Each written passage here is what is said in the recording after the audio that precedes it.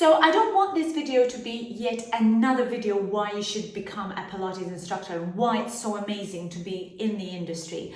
You know, there's a ton of videos online that are going to explain a little bit about how it's so amazing to be a Pilates teacher and the benefits of being a Pilates teacher. And nobody really talks about what the actual reality is of being a Pilates teacher. Nobody talks about what's going on in the background, what do you need to learn, what else do you need to learn rather than just teaching how to teach Pilates. So in this video, I really want to go and turn this around from being a corporate person or maybe someone who just loves to practice Pilates and you wanting to take Pilates as a profession. And I'm going to go into the nitty-gritty of what it actually takes to not only enter the industry, but monetize from it and make sure that you know all the real facts before you take that big step to take your teacher training course or even to set up your business. If we haven't met before, my name is Anita Horry. I am a Pilates instructor, teacher trainer, second generation teacher, and I also am a business coach for Pilates teachers who want to expand their businesses and also do teacher training for those of you who are interested in taking up the profession. Now, this is why this video is super important for those of you who are in the latter group, because many people get into Pilates because they feel they are so passionate about what it's doing for them and the changes and the transformations that is done for them. And then they decide, okay, I want to make this as a part-time gig. I want to do this alongside my work and start to earn some additional income, which is fantastic. But if you really want to monetize from the Pilates market, from the Pilates industry, there are certain things that you have to know. And I want to cover them all in this video ahead. Now, this video is targeted for anyone who's wishing to take Pilates as a profession. Those who are in the corporate world will probably understand me more because you know where I'm coming from. You know, in the corporate life, you've got deadlines, you've got stress, you've got overwork, you have no flexibility, and it seems like it's constant grind and you're working hours and hours on end for a salary, maybe you get some commission, but your life and your lifestyle, your health and your lifestyle are not improving. So hear me out here, because this has been a huge change for me. When you think about the transformations that you're gonna get from Pilates, from the physical part of Pilates, from taking the lessons, from seeing the benefit in your own body, then you'd want to invest in it. Now, whether or not you want to become a Pilates teacher, or whether you just want to invest into a Pilates business, the focus here is exactly the same. So take one of my students over here. She is a lawyer with her own practice in Germany. She has a very successful business. She has multiple income streams. She does extremely well in what she does. And she finds the benefit of Pilates in her own body. She has found that Pilates has been her savior to let her go through her life, her business life, and also to make proper business decisions. Now, what she's done is that she's turned her passion for Pilates into a business. She's wanting to invest into a Pilates business. But before she goes out and employs teachers, and she has absolutely no idea what kind of qualifications her teachers should have, or even renting out premises, and again, not knowing exactly what it takes to run a Pilates business. She wanted to learn a lot more about the industry. She wanted to learn about how to become a Pilates teacher, what actually are good certifications in teaching, and what a Pilates teacher should know. She also wanted to learn more about the Pilates business. She wanted to learn a little bit more about what kind of square meterage you'd be needing for a professional and profitable Pilates studio, and all the other pieces of the pie and other pieces of the puzzle that are going to help her open up and manage and successfully own and run a Pilates studio. Now, she's not going to be going into the studio and managing her team, not at all. She's going to be employing people for that. But by understanding the industry and by taking a Pilates teaching course, she really has successfully achieved what she needs to achieve for her new venture. If you like the video so far, I would encourage you to hit the like and subscribe and share it with your friends so that we can spread the word about the benefits of Pilates and how Pilates could be a successfully run business. Now, I understand that some of you might be nervous about taking the plunge like my client has just done, but my client has done her homework and my client has been studying how to become a Pilates teacher, and she's also been studying the business of Pilates, and this is what I want to be sharing with you in today's video. Now, the first thing you need to learn about is financial planning. Now, you might turn around to say to me, what the heck has this got to do with becoming a Pilates teacher? Well, it has a lot to do with becoming a Pilates teacher. It's actually number one on my list of tips and strategies that you need to be taking when you're looking at becoming a Pilates teacher. Why?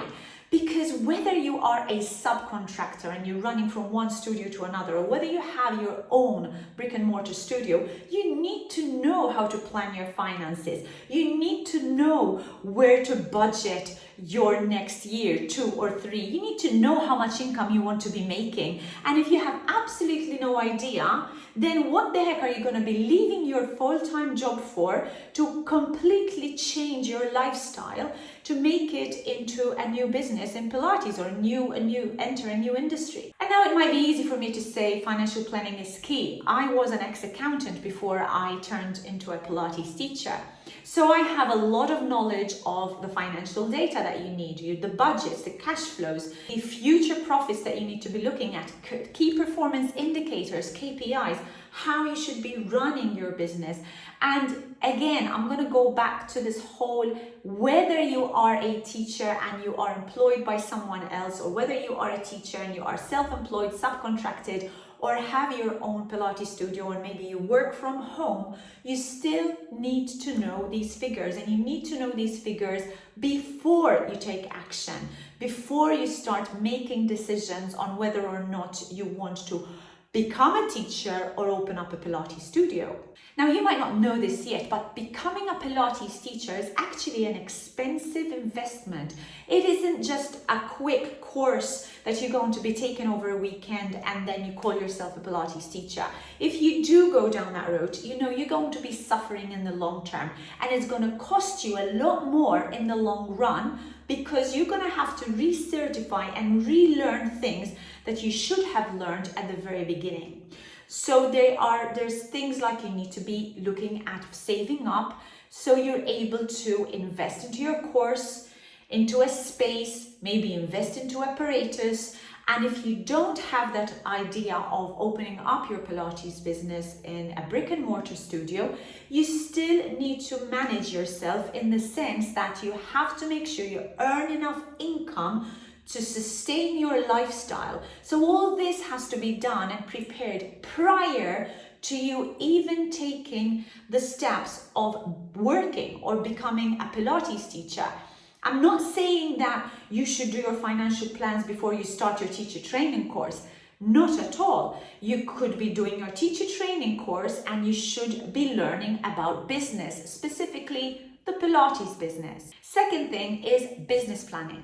If you're only learning a teacher training course on just how to teach the techniques of Pilates and how to teach exercise as a repertoire or as a choreography, then you're missing a huge chunk out of your training. What the Pilates world really lacks right now is pulling all these new Pilates teachers up to speed into running a Pilates business. And this is where most of the new teachers fail. Most of the new teachers already have issues with self-confidence because they feel they don't have the experience. And yes, of course, you're not going to have the same experience as a seasoned and certified teacher who's been teaching for decades. However, if you start from now, from scratch, start in implementing a business plan and figuring out, well, this is how I want to be running my Pilates business. So you're going to have to ask yourself, how am I going to stand out? Who am I going to serve? Who am I going to niche down to? What is going to be my unique selling point? What is going to differentiate me from the other people who are doing the same thing in the industry? These things can all be planned out as part of your business plan, and having a clear business plan is going to really help you clear yourself a path for success. Third thing is admin. Okay, so do you love admin? So if you're coming from a corporate world, you think, well, this is my life, this is what I do, and yes, it's easy for me. Some people might say, you know what, I want to get away from that stuff. I don't want to have to go and do that again. Well, this comes as part of running a business. You're going to get ready for really organizing some admin. Now, thank goodness, these days there are some really amazing customer scheduling booking systems out there and CRM systems that are going to take loads of information and loads of admin stress off your back. But still, that's an investment that you're going to need to make. So some systems are actually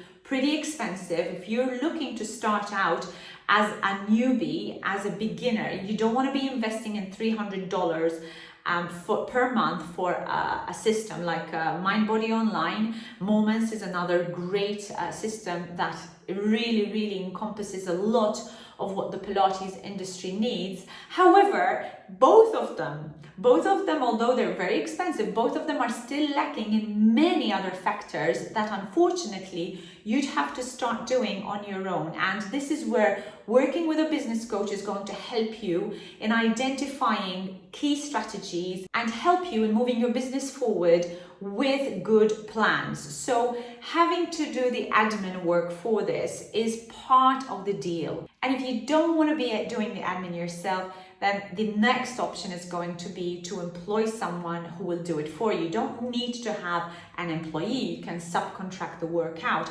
But be ready for this, because you need to know your invoicing, you need to know your scheduling, you need to know your product selling, you need to know how your business is doing. So all this has to be taken care of on a daily and a weekly basis. Don't do your invoicing 3 months down the line, or even, I'm not just talking about sales invoicing, I'm also talking about your purchase invoicing. So you need to be on top of your work, so then you'll be able to make proper decisions for your business. If you are looking only at historical figures and you're looking at your performance, your business's performance after 3 months down the line, then it's going to be much harder for you to change route and to veer into a better direction. So the more on time you are with running your admin, the better decisions you're going to make and the better you're going to do at your business. The fourth thing is cost. So it's not just about teacher training. It's not just about identifying how much it's going to cost you to become a teacher.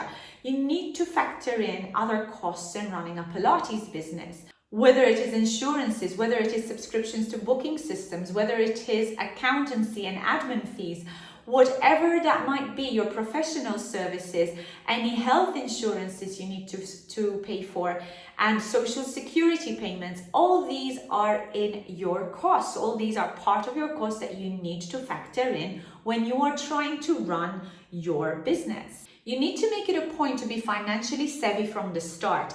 And this is where I see many teachers fail. And many teachers run businesses, Pilates businesses for years on end, for decades on end, and they're not profitable. They're only getting a job. And you don't want to be running a Pilates business in exchange of having a job, because at least in a job you have your social security payments paid for you, and you have your insurances, and if you're sick you still get paid. You've got to factor all this in. If you know how to run a Pilates business, you are going to be financially savvy from the start, and you're going to set all the systems going right from the start. You're set for success. And the fifth thing is benefits. Now, despite all the challenges that I've maybe just mentioned, the benefits of being your own boss, of having your own Pilates business, of being a Pilates teacher are endless. From meeting some amazing people, and you really do tend to meet some really amazing people in this world. Everybody wants Pilates. Now, whether they are poor, whether they are rich, whether they are small, whether they are big, it doesn't matter. Everybody needs Pilates. So you are going to meet some amazing people in your lifetime. You are also going to see so many transformations, and you're going to help achieve so many transformations. And that is the most rewarding part. For me, that is definitely the most rewarding part. Then having your own transformation as a business owner, as a strategist, as a functional movement professional. You know, you have this ability to work your own hours. You have the ability to make decisions by yourself. You don't need to be liable to anybody. This is your business, and the benefits of running your own show. And it's so amazing because I'm just completely floored when I see the transformations, the business transformations of the people that I work with. And I know that if you get this right, the rewards are going to be completely endless. And now here's something really, really close to my heart. In 2024, we are running 2 amazing Pilates teacher training courses, comprehensive courses. One is going to be running on the beautiful Costa Blanca in Spain, and we run this in a retreat format. So we will breathe, we sleep, and we live Pilates. So we join you to come and help us make this world an amazing place by learning to become a Pilates teacher. You'll be here learning 3 different levels in 3 different weeks, and you are learning how to become a Pilates teacher in a comprehensive format, meaning that you are going to be linking everything together. You'll be learning on all the pieces of Pilates apparatus, and you'll be able to teach beginners all the way through to advanced, and for all different populations. Now, the retreat in Costa Blanca is very amazing because you have the ability to come and stay with us, enjoy, relax. While you're working, it's a lot of hard work, and you'll be practicing at the Pilates studio, which is very nearby to the finca. And you're also going to be participating and getting closer with the tight-knit community that we have. So you and the rest of the participants are going to be practicing together, and you'll be able to create relationships that are going to be lasting a lifetime. That retreat format runs yearly. It's a year program that is specifically to sleep and stay with us at the finca and enjoy and live the Pilates life as we know it. The next course is going to be run on the small island of Malta, where we have so many followers, and this has come through completely by popular demand because many people wanted to have another teacher training course run on the island of Malta. We're working with Malta Pilates and Wellness, a Pilates studio there that has the same format as us, and we're going to be running another full year comprehensive course at this studio. And if you are based in the UK, I've got something super special for you. Your feedback means the world to me, so if you're longing for decent teacher training closer to your home, let me know in the comments below. Your input is going to help us create a format that's going to be more suitable to your needs. As I come to the end of this video, I really genuinely want to thank you for being part of this amazing Pilates community. Thank you for sharing your Pilates journey with me. And don't forget to hit the like, subscribe, and ring the bell so you get notified every time I upload a video online. Until my next video, guys, goodbye for now.